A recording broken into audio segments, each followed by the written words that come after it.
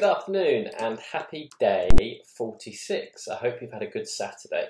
So I had a few requests around what are the best ways or what are the quickest ways that someone can go around developing their golf swing. Now I did a video on internalization a couple of weeks back, but I'm just going to extend this concept a little bit further today and give you some guidelines around if you want to develop your golf swing. What do I find are the best tried and tested way, and a lot of it's backed up with some sort of scientific research as well. So the first things first, I would always say understand why you're doing something. What's the rationale around why do you want to develop it? Okay, is it to increase your speeds? Is it to increase your contact? Is it to increase your directional control? I think the bigger the why, the more you'll then understand it and then the more you'll commit to it.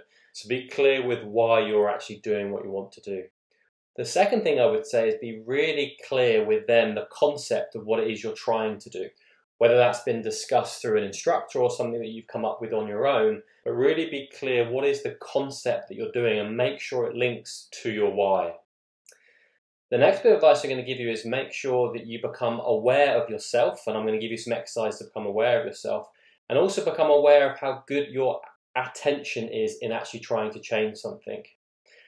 I can't actually remember who said this, but I always remember it, is that if you're thinking about your golf swing, you can't be thinking about the golf ball. And if you're thinking about the golf ball, you can't be thinking about your golf swing. So in this instance, if you're trying to develop your golf swing, you must put your focus on that. So you've got to become aware of how well are you attending to that in your mind. Okay, how clear is that picture, that feeling, that image you've got of what you're trying to actually do. So there's a couple of things to start with. Now what I'm going to go through is some practical exercises and practical drills that you can do to develop that awareness, and that's a key word. Okay, so once you've got the concept, you then have to become aware of whether you're actually doing it or not, and exercises that are going to heighten your awareness of actually doing it or not. So I'm going to run you through like a series of guidelines for this. So the first one I'm going to suggest is you just do slower swings. The slower something is, okay, we become more aware of what we're doing, and then as you become more aware, you can gradually increase it in speed. Now I did a video on cadence before, of rating your swing from 5 to 10 out of 10 in terms of speed. So you're almost using that in this sense, but obviously now becoming aware of what you're doing in a much slower version. So how would I recommend this? Definitely do like a practice swing in slow motion. Okay, so I'm doing some backswing feels and some transition feels. So I'm trying to do that in slow motion. And then you would then build that then to a golf ball. So basically a slow motion golf swing. So I'd probably rate this at about a 4 out of 10. When I get the awareness of what I'm trying to do, then I can start to build it up more and more. The next one I'm going to do is make my swing smaller. The smaller something is, the easier it is to become aware of it. So again, do some practice swings of smaller versions of what you're trying to do. I also think you don't run out of blind spots. As soon as the club goes behind your head, you become blind to where it is. If you keep it sort of hip height to maybe chest height, I think you're a lot more aware of what's actually going on. You've got a better chance of developing those movement patterns. So that would be the next one. Do some half swings. The one after that would actually then be to make the implement smaller.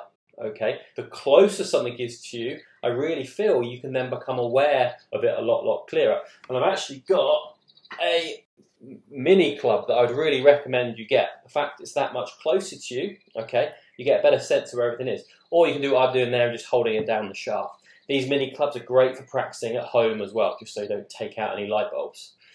And then take that feeling of that smaller motion into you.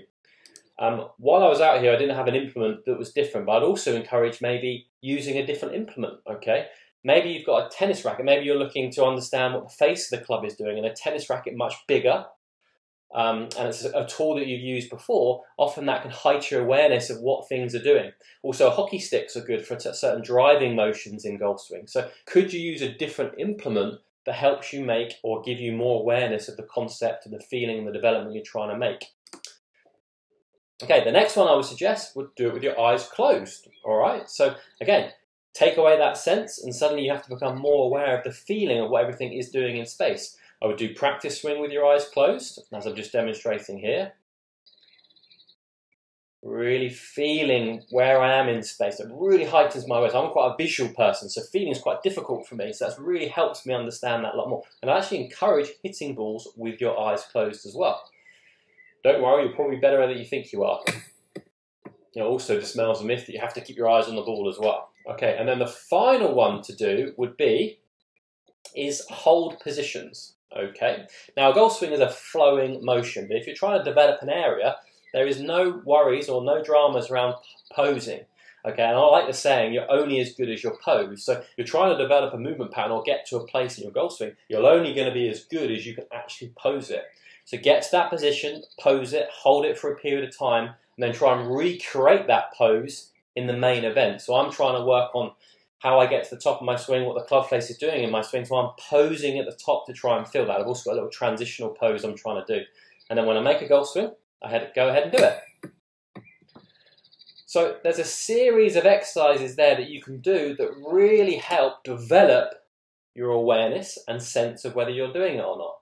The thing after that then is just developing a habit around actually doing it. And I'm a big believer of small and often, okay? You do a little bit every day, whether that's 5 swings, 10 swings, 15 swings, and it's amazing how much that will add up. I'm not a big believer of going to the driving range and trying to practice for like hours on end. I just don't think we have an ability to concentrate for that long. So little bits and often add up to a lot. You can always find 5 minutes just to do some swings in the garden.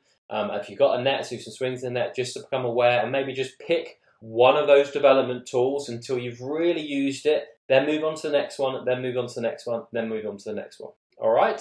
So a lot of information there, but really useful information if you're about trying to develop your golf swing. Tried and tested, it really does work. So enjoy.